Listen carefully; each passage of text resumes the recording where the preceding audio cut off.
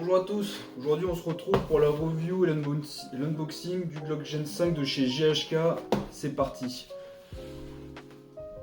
Alors cette réplique, on va parler argent pour commencer, je l'ai acheté 125 € sur le shop Action Airsoft, donc un shop qui est situé à Taïwan et avec, donc c'est un modèle MOS.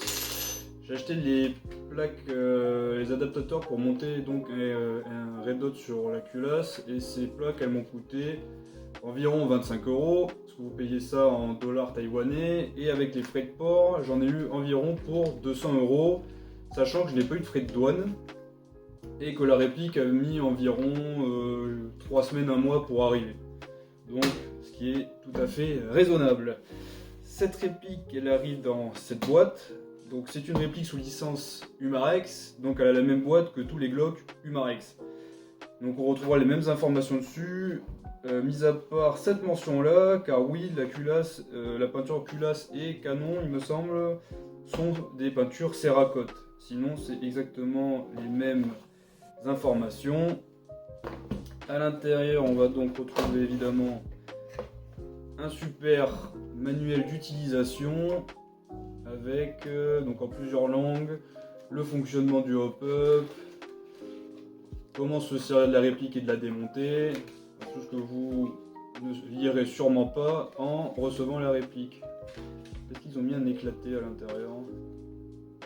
Et oui, vous avez à la fin un éclaté des pièces si jamais vous avez besoin de trouver des pièces de rechange. Ensuite, on a la réplique emballée dans son magnifique sachet plastique.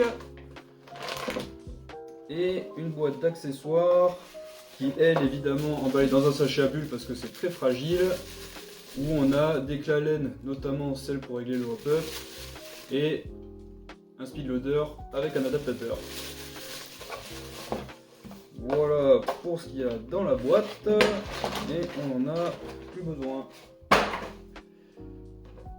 Alors la réplique, donc comme je l'ai dit plus tôt, c'est un Gen 5, donc présence de stries de préhension à l'avant et à l'arrière de la réplique.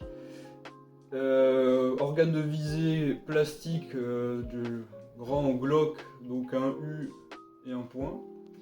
Et puis on a l'emplacement pour visser les plaques pour monter un Red Dot sur la culasse.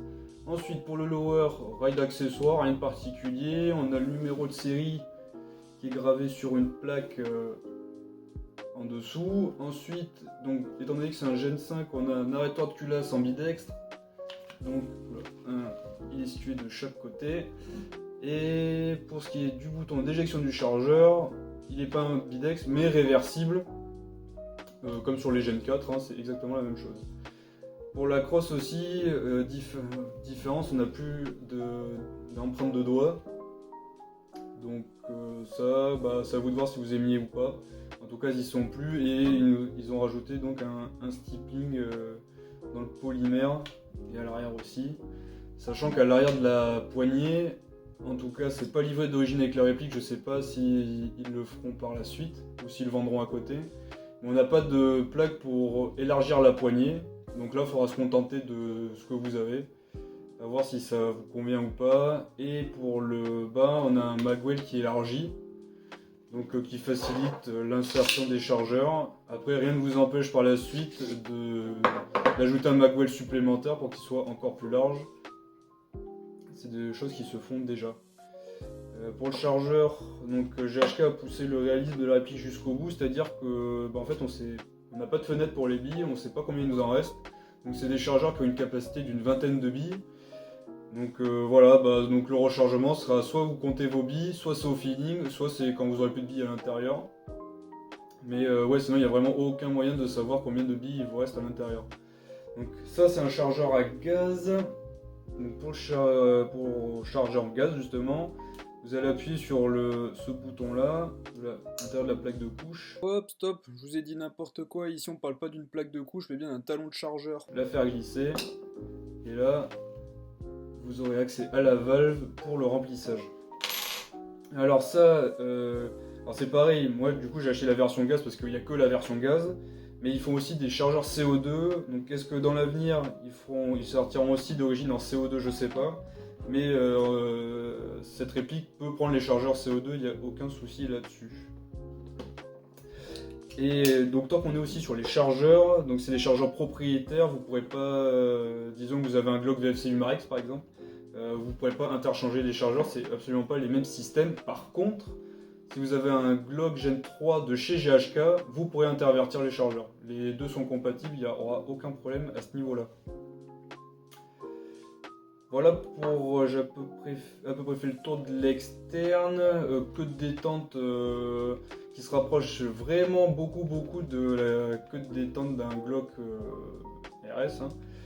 Parce que le mécanisme à l'intérieur, je vous montrerai quand on ouvrira la réplique, mais se rapproche lui aussi très fortement du mécanisme d'un vrai Glock. Savoir donc qu'il n'y a pas de marteau qui vient taper le percuteur de valve, c'est un système lancé. Donc là, queue de détente avec du jeu, et là c'est un peu mou, un mur, et ça part. Donc une détente qui est assez lourde. Hein. Et le reset, ici. Donc bon, bah, après il faut s'y faire, hein. Sachant qu'il existe déjà des queues de détente pour le grade aussi. Vraiment vous aimez pas, et je pense que je l'achèterai. Oui, du coup, ce que je vous disais sur le mécanisme, le fait qu'on n'ait pas de marteau pour venir taper la valve du chargeur, en fait, ce qui fait qu'on a un mécanisme qui est ultra fluide. Donc là, vous voyez, il n'y a aucun point dur sur le trajet de la culasse, vraiment aucun. Et même quand le coup est parti pour le réarmement, il y a vraiment 0 point dur. C'est d'une fluidité exceptionnelle. Donc pour ce qui est de l'interne, justement, le mécanisme, on va le voir tout de suite. Vous voyez là, vous voyez vraiment, il n'y a pas de marteau qui vient taper le percuteur de valve, c'est vraiment un système lancé.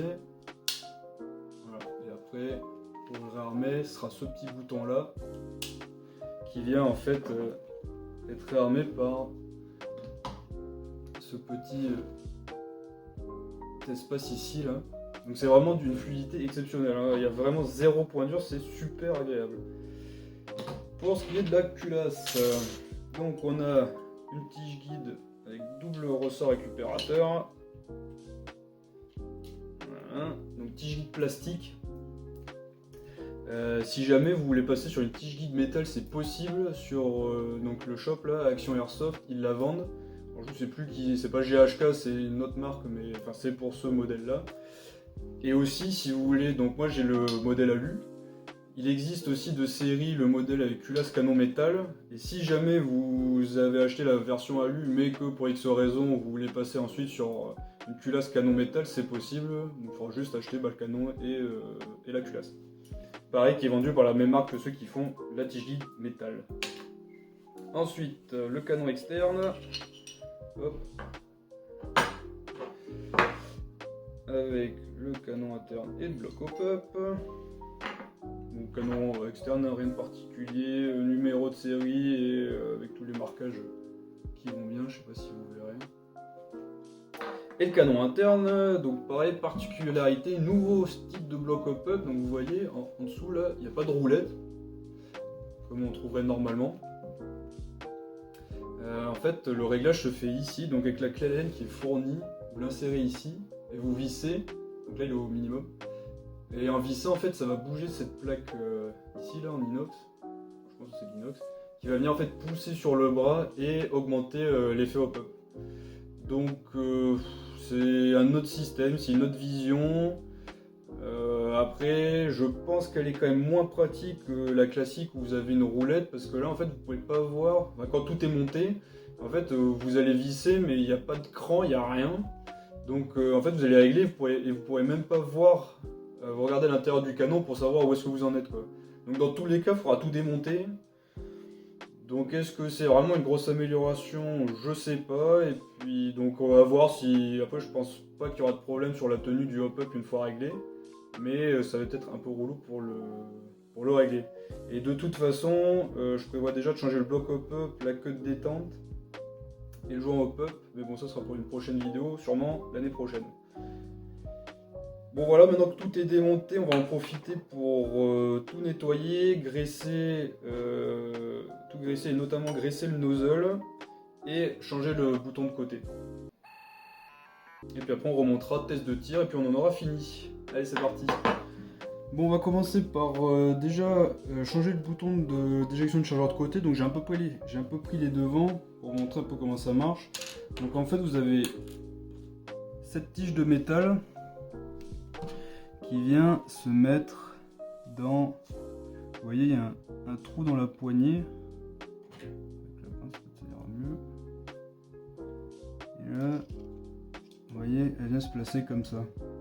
Et en fait, c'est cette tige. Le haut va se placer dans cette rainure juste ici. Ce qui fait que quand vous allez actionner, en fait, la tige va faire ressort.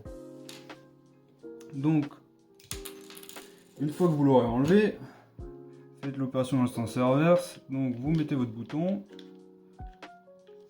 sans vous tromper de côté. Et ensuite, donc vous prenez la tige. Alors vous allez la remettre à son emplacement. Il faut un peu de patience, c'est un peu compliqué à faire. Surtout quand tout se barre. Donc ça va être un peu compliqué de vous montrer ça en vidéo. Voilà, là je l'ai remis dans son logement. Après il faut l'enfoncer. Parce qu'étant donné qu'elle repose contre le bouton, elle ne va pas aller dans son logement toute seule. Donc il faut l'aider un petit peu. Un petit peu.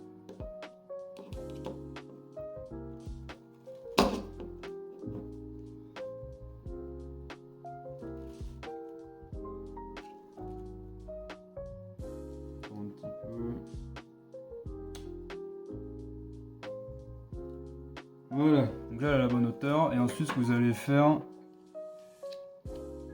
c'est vous allez vouloir l'amener dans son encoche, dans son logement, donc avec une pince ou un tournevis. Vous la pliez, vous la poussez du bon côté et elle va aller toute seule dans son encoche. Et là vous voyez, c'est bon, on a notre bouton qui a changé de côté et qui est fonctionnel. Donc ça, nickel. Ensuite, ça pour l'instant j'en ai pas besoin. Donc la culasse, tout ça, on n'en a pas besoin. Donc déjà, première étape, sopalin. On va passer un coup sur la culasse pour enlever la graisse de stockage. On va en remettre après. Voilà. Voilà, petite spécificité aussi, vous voyez que le nozzle, il est presque aussi grand qu'un de leurs nozzles de réplique longue, hein. Il est gigantesque. Et ça revient fort.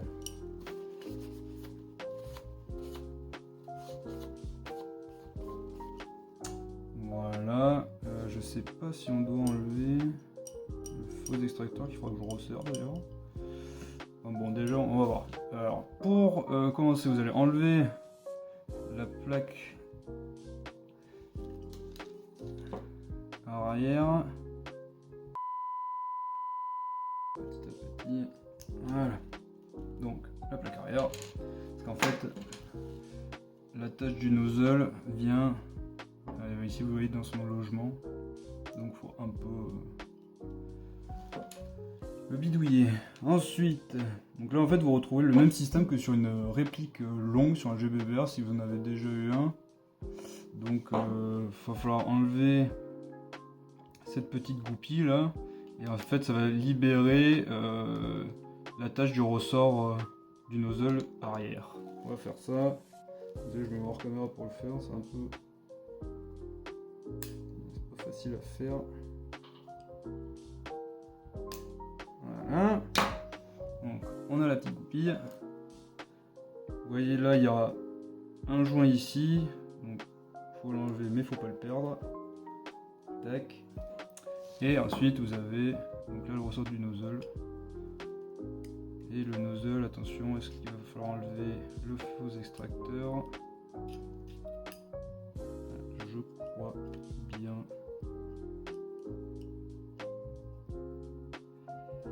Ouais, à mon avis, c'est pas grave. On va prendre. Je reviens. On va chercher.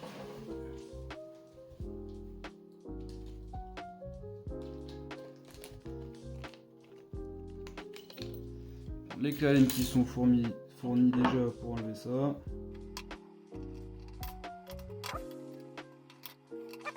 La plaque. On va profiter pour essuyer l'intérieur. Voilà. Et là vous voyez, ça c'est la vis en fait qui vient tenir le faux extracteur. Alors est-ce que par chance... Non évidemment, hein. Je reviens. De retour avec accessoires indispensables, c'est-à-dire un set de tournevis. Donc on va essayer celle-là.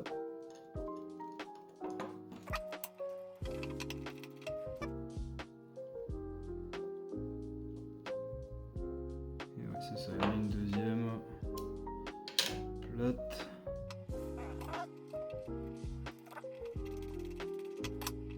Voilà. Et la deuxième. Et normalement, le faux éjecteur, il vient tout seul. Et là, donc, lui aussi, il vient tout seul. Donc, voilà le nozzle, double joint, un ressort bien costaud comme il faut. Et c'est clairement comme le joint de leur réplique longue. Un petit coup de sopalin. On va pas le dégraisser à l'alcool ni rien. Voilà. Maintenant autour de la graisse.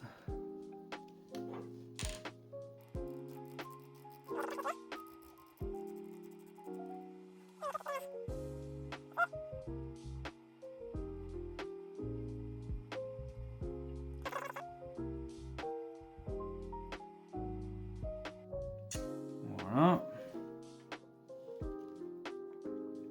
Et la graisse pour les joints.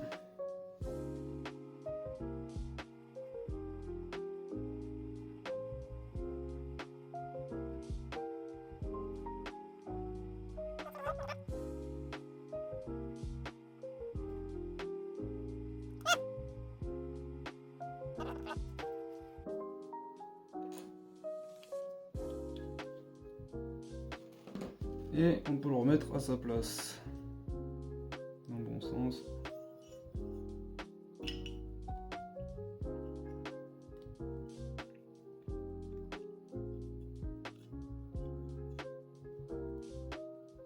Et voilà.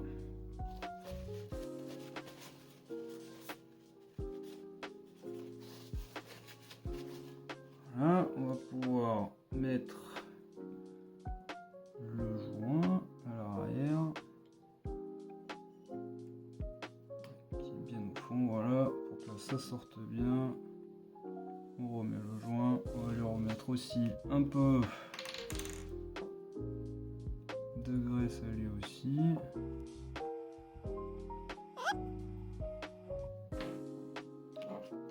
Tac. On remet notre goupille.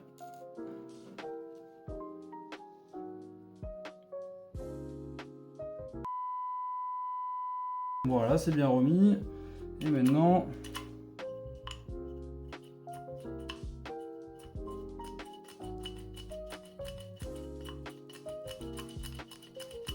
ça coulisse bien tout seul.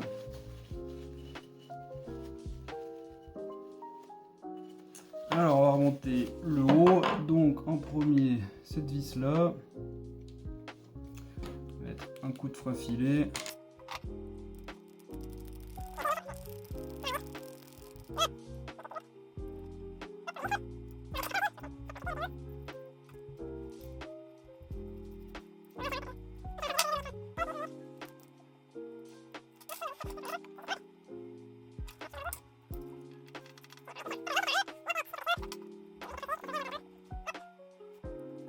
Pareil, on serre juste ce qu'il faut.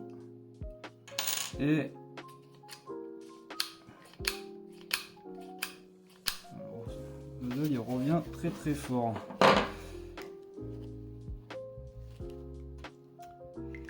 Hop, ça ça, plus besoin. Ça non plus. On va passer au dressage du bas.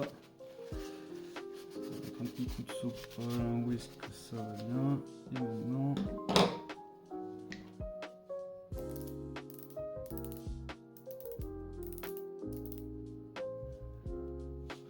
un petit coup de graisse dans les rainures.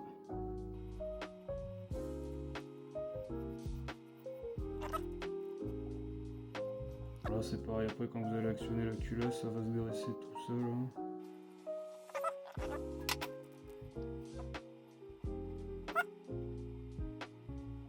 Et on est bon.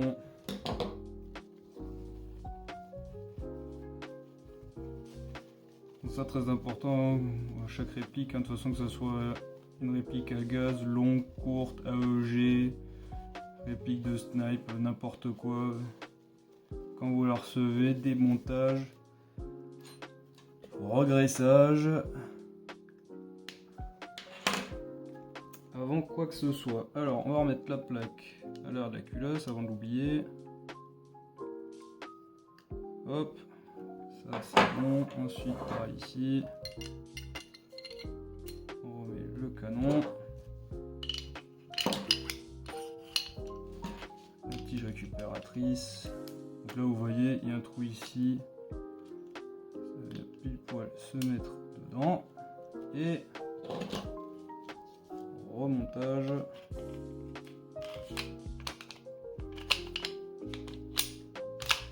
Et là, c'est super fluide.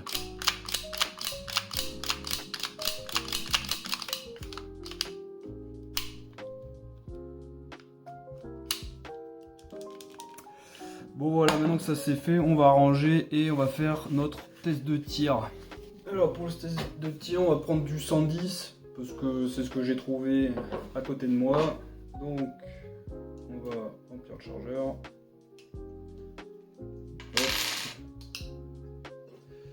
Mettre un coup de gaz à l'intérieur.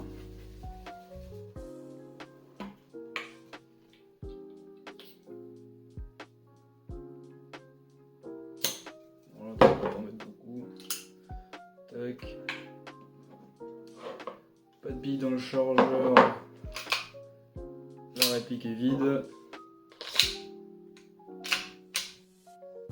Là, ça c'est normal. Et attention.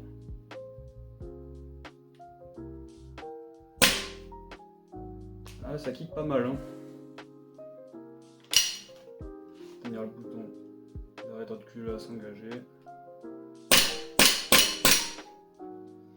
Ah, c'est pas mal, là ça fait un beau bruit, ça kick sec. Bon, maintenant il faudra voir ce que ça donne sur le terrain. De toute façon, je ferai une partie exclusivement avec cette réplique, comme ça vous pourrez bien vous rendre compte de comment ça rend. Et donc là, prochaine chose, donc j'ai commandé du coup un RMR ou une lampe à holster, donc je vous présenterai tout ça en vidéo, je les installerai. Et puis après il n'y aura plus qu'à les jouer avec. Et quand je commanderai les pièces, donc comme je vous ai dit, bloc hop-up, détente et joint, je vous ferai une vidéo de l'installation, comme ça vous pourrez voir tout ce qui est dispo comme upgrade. Et puis on verra comment ça rend. Bon bah voilà, c'était tout pour moi, j'espère que la vidéo vous aura plu et moi je vous dis à la prochaine sur les terrains. Allez, salut!